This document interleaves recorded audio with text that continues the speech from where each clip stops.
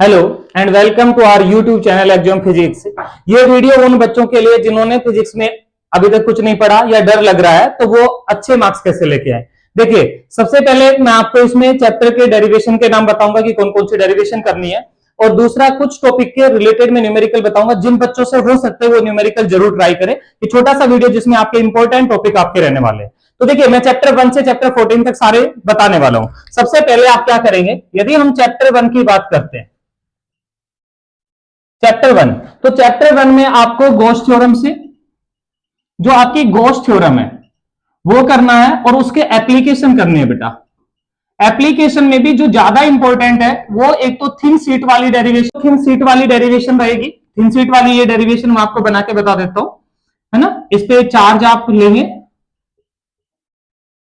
Charge density दे सकता है, statement में दे देगा कि density of the thin sheet is sigma, आपको गिवन होगी। तो आप यहां से कैलकुलेट करेंगे, गॉसियन सरफेस बनाएंगे बोथ साइड, और एरिया वेक्टर लेके ई डी ए, इन दोनों के बीच में एंगल 0 डिग्री रहेगा। यहां पर एक बनाएंगे एरिया वेक्टर, थीटा आपका 90 डिग्री हो जाएगा, और इधर एरिया वेक्टर जो आप बनाते हैं तो थीटा 0 डिग्री हो जाएगा। एक तो ये डेरिवेशन आपको करनी है चैप्टर 1 में। जो सेकंड आपकी डेरिवेशन रहने वाली है वो स्ट्रेट वायर से, स्ट्रेट कंडक्टिंग वायर से करनी है। ये डेरिवेशन आपके लिए ज्यादा इंपॉर्टेंट है। और थर्ड डेरिवेशन आपको डाइपोल से करनी है, डाइपोल से। न्यूमेरिकल आपको देखने हैं इस चैप्टर में, तो इस चैप्टर में न्यूमेरिकल दो ही पॉसिबिलिटी है ज्यादातर। एक तो आपका डाइपोल वाला न्यूमेरिकल आ सकता है जो आपको प्रैक्टिस करना है, और सेकंड जो आपका इंपॉर्टेंट न्यूमेरिकल रहेगा वो इस टाइप का न्यूमेरिकल रहेगा कि एक एक्सिस ऑफ कोऑर्डिनेट में आपको इलेक्ट्रिक फील्ड गिवन होगी, जो एनसीईआरटी में भी क्वेश्चन है, और यहां पर एक स्क्वायर रखा हुआ है या एक क्यूब प्लेस्ड है, और इसकी वजह से आपको इलेक्ट्रिक फील्ड कैलकुलेट करनी है। यहां से यहां तक की डिस्टेंस ए होगी, ये सपोज ए दे रखा है, और इलेक्ट्रिक फील्ड का रिलेशन दे देगा कि 2x आई कैप। तो ये आपका एक्स एक्सिस, वाई एक्सिस और जेड एक्सिस। यहां क्यूब की जगह आपका स्क्वायर हो सकता है या सिलेंडर हो सकता है, तो उससे आप इलेक्ट्रिक फील्ड कैलकुलेट करो। ये दो ही इंपॉर्टेंट न्यूमेरिकल है आपके इसमें। जो आपका चैप्टर 2 है, चैप्टर 2 के अंदर बेटा देखो इंपॉर्टेंट न्यूमेरिकल, एक तो potential due two point charge, potential due two point charge. Second topic आपका रहेगा इक्वी पोटेंशियल सरफेस, और इक्वी पोटेंशियल सरफेस भी आपको एक तो डाइपोल से बनानी है और एक लाइक चार्ज से इक्वी पोटेंशियल सरफेस बनानी है आपको। ये आपका इंपॉर्टेंट टॉपिक है। थर्ड इसमें न्यूमेरिकल आता है पोटेंशियल एनर्जी से। देखो कैसा न्यूमेरिकल होगा, मैं हिंट दे रहा हूं आपको कि सपोज एक सिस्टम के अंदर 3 चार्ज है, Q1, Q2 और Q3। आपसे बोला जाए कि Q1 चार्ज को यहां से रिमूव करना है तो कितने वर्क डन की रिक्वायर्ड होगी, तो जितनी इसकी टोटल पोटेंशियल एनर्जी होगी 1 और 2 की, 2 और 3 की, 3 और 1 की, इन तीनों की पोटेंशियल एनर्जी है, वो इसके लिए वर्क डन रिक्वायर्ड होगा। तो ये क्वेश्चन आपको करना है। एक इसमें टॉपिक रहता है relation between electric field and potential. देखो ये इलेक्ट्रिक फील्ड एंड पोटेंशियल हमारे डेरिवेशन में काम आता है, तो आप इसको करिए, और इसका ग्राफ जो बनता है इलेक्ट्रिक फील्ड, पोटेंशियल और आर के बीच में, तो इलेक्ट्रिक फील्ड का ऐसे स्लाइड गिरेगा और पोटेंशियल का ऐसे जाएगा, ये ग्राफ आपको जरूर करना है। तो ये आपका पोटेंशियल का है। कैपेसिटर में सर हम क्या करें, देखो कैपेसिटर के अंदर आपको अब एक तो पैरेलल प्लेट कैपेसिटर करना है, और सेकंड आपको करना है parallel plate capacitor with dielectric. ये देखो डाइलेक्ट्रिक के साथ इसका क्या होगा, ये आपको करना है। सेकंड चैप्टर के अंदर आपकी डेरिवेशन रहने वाली है। न्यूमेरिकल आपको इसमें सीरीज और पैरेलल कॉम्बिनेशन का कॉम्बिनेशन मिक्स, और सेकंड आपको एनर्जी लॉस का न्यूमेरिकल करना है। देखिए कल इसी में से आएगा न्यूमेरिकल, वो आपको बोल देता है कि कैपेसिटर है, उसको कनेक्ट किया बैटरी से 100 वोल्ट से, अब उसको डिस्कनेक्ट करके दूसरे कैपेसिटर से कनेक्ट कर देते हो तो उसमें टोटल एनर्जी लॉस कितना होगा, वहां से आपको एक क्वेश्चन करना है, आपको प्रैक्टिस करनी है। नेक्स्ट जो आपका चैप्टर रहने वाला है थर्ड, देखिए थर्ड हमारा क्या है, इलेक्ट्रिक करंट। इलेक्ट्रिक करंट में बहुत सारी डेरिवेशन है, बट जो ज्यादा इंपॉर्टेंट मुझे लगती है उसमें एक तो आपको ड्रिफ्ट वेलोसिटी की डेरिवेशन करनी है। चैप्टर 3 आपका ड्रिफ्ट वेलोसिटी। याद रहे ड्रिफ्ट स्पीड लिखेंगे तो उसको वेक्टर में रिप्रेजेंट नहीं करना है, बट वेलोसिटी लिखेंगे तो उसका वेक्टर रिप्रेजेंटेशन आपको करना है। और एक सेकंड आपको करंट डेंसिटी, कंडक्टिविटी और इलेक्ट्रिक फील्ड में रिलेशन, ये ड्रिफ्ट, ये क्वेश्चन आपसे पूछा जा सकता है। थर्ड क्वेश्चन इसमें पूछ सकता है कि जो हमारी रेजिस्टिविटी है इसका रिलैक्सेशन टाइम से क्या रिलेशन है, ये आपको बता सकते हैं। तो इस टाइप का एक छोटा सा क्वेश्चन आपसे पूछा जा सकता है। सेकंड, फिर इसके बाद में आपको किरचॉफ्स लॉ से न्यूमेरिकल करना है बेटा, न्यूमेरिकल, यहां से न्यूमेरिकल आएगा। और फोर्थ आपको क्वेश्चन करना है इंटरनल रेजिस्टेंस का, सेल में रेजिस्टेंस, ये आपको थ्योरी पढ़नी है इसकी। ईएमएफ क्या होता है, वोल्टेज, टर्मिनल वोल्टेज क्या है, और last Wheatstone bridge,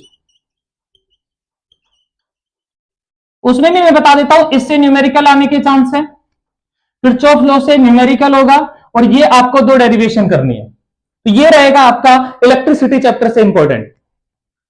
next chapter 4, sir chapter 4 में बहुत सारी चीजें देखिए। आप Kirchhoff's law, sorry Biot Savart law से एक रिंग से हम इलेक्ट्रिक फील्ड निकालते हैं उसके एक्सिस पे, ये वाला डेरिवेशन आप करिए, क्योंकि इस रिंग से एक न्यूमेरिकल सेमी सर्कुलर रिंग का ये वाला न्यूमेरिकल यहां पर इलेक्ट्रिक फील्ड बताइए। ये 2 मार्क्स में ये क्वेश्चन आपका आ सकता है। तो ये मैंने आपको बताया कि इसमें न्यूमेरिकल। सेकंड आप इसमें कर सकते हैं एम्पियर सर्किटल लॉ। हाँ जी, सेकंड क्या बताया मैंने, amperes circuital law. Amperes circuital law, ठीक है। तो ये एम्पियर सर्किटल लॉ आपका क्या होता है, BDL is equal to mu naught I inside, ठीक है, B डॉट DL, या आप यहां B cos थीटा लिख सकते हैं, ठीक है। तो ये एम्पियर सर्किटल लॉ आपके आ सकता है। और इसका एप्लीकेशन है बेटा, एप्लीकेशन क्या है कि एक स्ट्रेट कंडक्टिंग वायर है इनफाइनाइट लॉन्ग, इससे इसी किसी पर्टिकुलर पॉइंट पे आपको क्या निकालना है, मैग्नेटिक फील्ड फाइंड आउट करना है। यहां से क्वेश्चन डेरिवेशन आएगी आपके। न्यूमेरिकल मैंने बताया इसके अंदर जो सेमी सर्कुलर रिंग बना देगा उसकी वजह से बनाएगा। नेक्स्ट जो टॉपिक आपका एम्पियर सर्किटल लॉ के बाद रहने वाला है, जो सबसे इंपॉर्टेंट है, torque on current carrying coil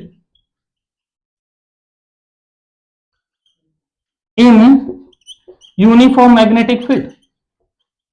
देखो ये वाला, यहां नॉर्थ, यहां साउथ स्ट्रॉन्ग मैग्नेट लगाते हैं। ये देखो जनरेटर में भी डायग्राम काम आता है हमारे। यहां पर ये हमने कॉइल रखी है रेक्टेंगुलर, इसकी वजह से ये ऐसे रोटेट करेगी, फोर्स लगेगा, फ्लेमिंग लेफ्ट हैंड रूल्स का यूज होगा यहां पर। ये यूज करके इसके अंदर हम टॉर्क निकालते हैं, और टॉर्क हमारा आता है mb sin थीटा। ये वाली डेरिवेशन आपको करनी है। फिर moving coil galvanometer, MCG, moving coil galvanometer.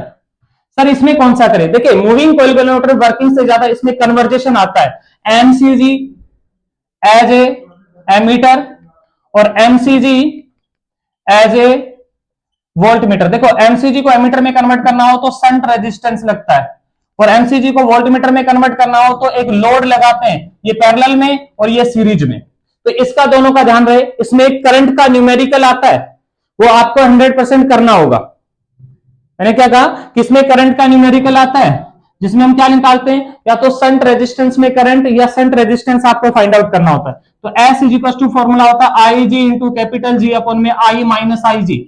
देखिए यहां पर क्या देगा, ये जो IG है ना, ये गैल्वेनोमीटर का करंट है। किसका है, गैल्वेनोमीटर का। और ये जो नेट करंट है, जैसे वो देगा कि इस गैल्वेनोमीटर की लिमिट हमें 5 मिली एम्पियर रखना है, तो 5 मिली एम्पियर जो लिमिट है वो कैपिटल आई होगा, और गैल्वेनोमीटर का करंट है वो IG हो जाएगा। तो यहां से आप इसके अंदर क्या कैलकुलेट करेंगे, शंट रेजिस्टेंस। तो इस टाइप का न्यूमेरिकल आपके आ सकता है। ये आपके 4th चैप्टर के इंपॉर्टेंट टॉपिक मैंने बताए। एक तो ये एक्सिस पे इलेक्ट्रिक फील्ड, मैग्नेटिक फील्ड निकालना, टॉर्क फाइंड आउट करना, एम्पियर सर्किटल लॉ से इनफाइनाइट लॉन्ग वायर का मैग्नेटिक फील्ड फाइंड आउट करना, और मूविंग कॉइल गैल्वेनोमीटर के अंदर वर्किंग, और उसके बाद में इसकी करंट सेंसिटिविटी, वोल्टेज, मतलब पूरा ये MCG करना है। इससे जरूर आपके 2 मार्क्स में न्यूमेरिकल आ सकता है, 5 मार्क्स में आएगा तो इसका वर्किंग, और साथ में क्या आएगा, न्यूमेरिकल आएगा। देखिए चैप्टर 5 है ना, जिसको आप मैग्नेटिज्म एंड मैटर बोलते हैं, उसमें एक ही चीज पढ़नी है बेटा आपको, डाया, पैरा और फेरोमैग्नेटिक सब्सटेंस के एग्जांपल, और इन तीनों में डिफरेंस, और उसके साथ एक पढ़ लेना क्यूरी टेम्परेचर, ठीक है। और टेम्परेचर पे dependency, susceptibility is inversely proportional to temperature, dia तो डिपेंड ही नहीं करता। तो ये तीन चीजें आपको यहां पर पढ़नी है, इसके अलावा इस चैप्टर में से कुछ भी नहीं पढ़ना है। चलिए अब हम चैप्टर 6 के बारे में बात करेंगे, और चैप्टर 6 का नाम है इलेक्ट्रोमैग्नेटिक इंडक्शन। देखिए इलेक्ट्रोमैग्नेटिक इंडक्शन में जैसे फैराडे लॉ है, दो लॉ है उनके कि फ्लक्स चेंज होने से एक ईएमएफ बनता है, और ईएमएफ है वो डायरेक्टली प्रोपोर्शनल होता है rate of change of magnetic flux. एक लेंज लॉ, उसके अलावा क्या करना है, म्यूचुअल इंडक्शन, म्यूचुअल इंडक्टेंस, और इससे भी ज्यादा सेल्फ इंडक्टेंस। ये दोनों आपको करनी है, म्यूचुअल इंडक्टेंस फाइंड आउट करना और सेल्फ इंडक्टेंस फाइंड आउट करना। ये आपके चैप्टर में रहने वाले इलेक्ट्रोमैग्नेटिक इंडक्शन ईएमआई में। अब देखो इंस्ट्रूमेंट में एक साथ बताऊंगा, जिसके अंदर हमारा जैसे जनरेटर है और हमारा क्या होता है, ट्रांसफॉर्मर है। ट्रांसफॉर्मर इसी पे ईएमएफ के अंदर, इसी के अंदर आ जाता है, तो आपको ट्रांसफॉर्मर पढ़ना है। एक एसी जनरेटर पढ़ना है, जो एसी में बताना था मैं यही बता देता हूं, तो ये टॉपिक आपके इंस्ट्रूमेंट से आ जाते हैं। इलेक्ट्रॉनिक, अब इलेक्ट्रॉनिक डिवाइसेज है, इसके बाद हम बात करते हैं एसी से। देखिए एसी में आपको पढ़ना है एक तो आई आरएमएस का डेरिवेशन, इससे ज्यादा इंपॉर्टेंट है पी पावर आरएमएस, पावर निकालने का डायरेक्ट, ठीक है। और लास्ट और सबसे ये दोनों हो जाते हैं तो बहुत अच्छी बात है, अदरवाइज आप एलसीआर जो आरएलसी सर्किट है इसका जो impedance is equal to under root R square plus L XL minus XC का होल स्क्वायर, ये वाला क्वेश्चन इससे न्यूमेरिकल और इसकी डेरिवेशन जरूर करनी है, न्यूमेरिकल और डेरिवेशन ये आपको करना है। ये आपका रहेगा एसी जो चैप्टर है, चैप्टर 8 के अंदर। चैप्टर 8 में देखिए क्या करना है, स्पेक्ट्रम करना है आपको और उनके एप्लीकेशंस करने हैं। एप्लीकेशन से क्वेश्चन ऐसे आ जाएगा कि क्रिकेट बॉल की स्पीड मेजर करने के लिए कौन सी इलेक्ट्रोमैग्नेटिक वेव यूज होती है, या यूवी रेज कहां पर यूज होती है, तो वो सारे क्वेश्चंस आपके इसमें से आ सकते हैं। स्पेक्ट्रम और उसके एप्लीकेशन आप 5 मिनट देके इसमें पढ़ सकते हैं। चैप्टर 9 जिनको सबसे ज्यादा दिक्कत हो रही है बच्चों को, रेव और वेव ऑप्टिक्स से। देखिए मैं इस वीडियो के बाद एक वीडियो और डाल सकता हूं रेव और वेव के कुछ इंपॉर्टेंट के डेरिवेशन भी, बट अभी आप इसके टॉपिक के बारे में जान लीजिए। एक तो आपको मिरर फॉर्मूला ड्राइव करना आना चाहिए, मिरर फॉर्मूला। सेकंड बेटा इसमें आपको करना है spherical surface refraction by spherical surface. एक इसमें power combination P is equal to P1 plus P2। Next आप इसमें प्रिज्म वाला क्वेश्चन करेंगे, जिसमें डेरिवेशन ये formula mu is equal to sine minimum deviation plus A angle of prism divide में 2 upon में साइन ए बाई 2। नेक्स्ट आपका simple compound microscope and telescope. याद रहे इस बार जो चांस है वो टेलीस्कोप के ज्यादा है, ठीक है। किसके चांस ज्यादा है, टेलीस्कोप के, और इसके साथ रिफ्रैक्टिंग टेलीस्कोप, रिफ्रैक्टिंग टेलीस्कोप। तो इनको आप टॉपिक को करें, इसके साथ इनके न्यूमेरिकल भी करें। 5 नंबर में आएगा तो 3 नंबर में आप इसका स्ट्रक्चर और ड्राइव करेंगे, और 2 नंबर में इसका न्यूमेरिकल आएगा, या 2 मार्क्स में सिर्फ इसका न्यूमेरिकल भी आ सकता है। रिफ्लेक्टिंग टेलीस्कोप का आप डायग्राम रखें, सिर्फ कैसिग्रेन और न्यूटन की 2 होती हैं, तो उसको आप अच्छे से एक बार कर लीजिए। वेव ऑप्टिक्स में क्या करें, वेव ऑप्टिक्स के अंदर बेटा आपको एक तो हाइगेन प्रिंसिपल जो बताता है कि लाइट है वेव फ्रंट बनता है, वेवलेट्स होते हैं जो सेकेंडरी सोर्स की तरह बिहेव करते हैं, लाइट ऑलवेज फॉरवर्ड डायरेक्शन में मूव करती है, वेव फ्रंट पॉइंट सोर्स से स्फेरिकल बनता है, स्ट्रेट लीनियर सोर्स से स्फेरिकल सिलेंड्रिकल बनता है, और कोई भी सोर्स है तो उसी शेप का बन जाता है, प्लेन से प्लेन वेव फ्रंट बनता है, ठीक है, पैरेलल लाइट रे से। इसके अलावा आपको करना है रिफ्लेक्शन, ये 100% आएंगे, रिफ्लेक्शन या रिफ्रैक्शन, इन दोनों का प्रूफ पढ़ना है आपको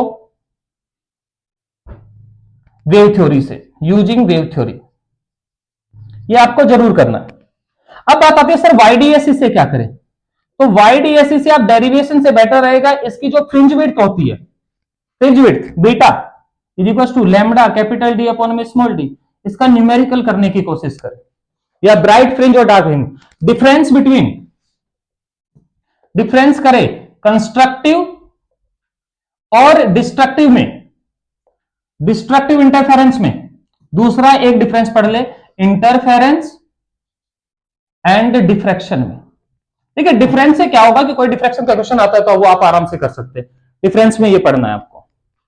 देखिए, वेव ऑप्टिक्स के बाद में हमारा आता है ड्यूअल नेचर। ड्यूअल नेचर में मैं यही कहूंगा आपको, एक तो आइंस्टाइन इक्वेशन पढ़े, ठीक है, जो half M V square is equal to H nu minus five work function होता है, एक डी ब्रोगली वेवलेंथ पढ़े, और तीसरा आपका photo cell, photo electric effect या फोटो सेल जो आपका है वो आप पढ़े, जिसके अंदर फोटो इलेक्ट्रिक करंट बन रहा है।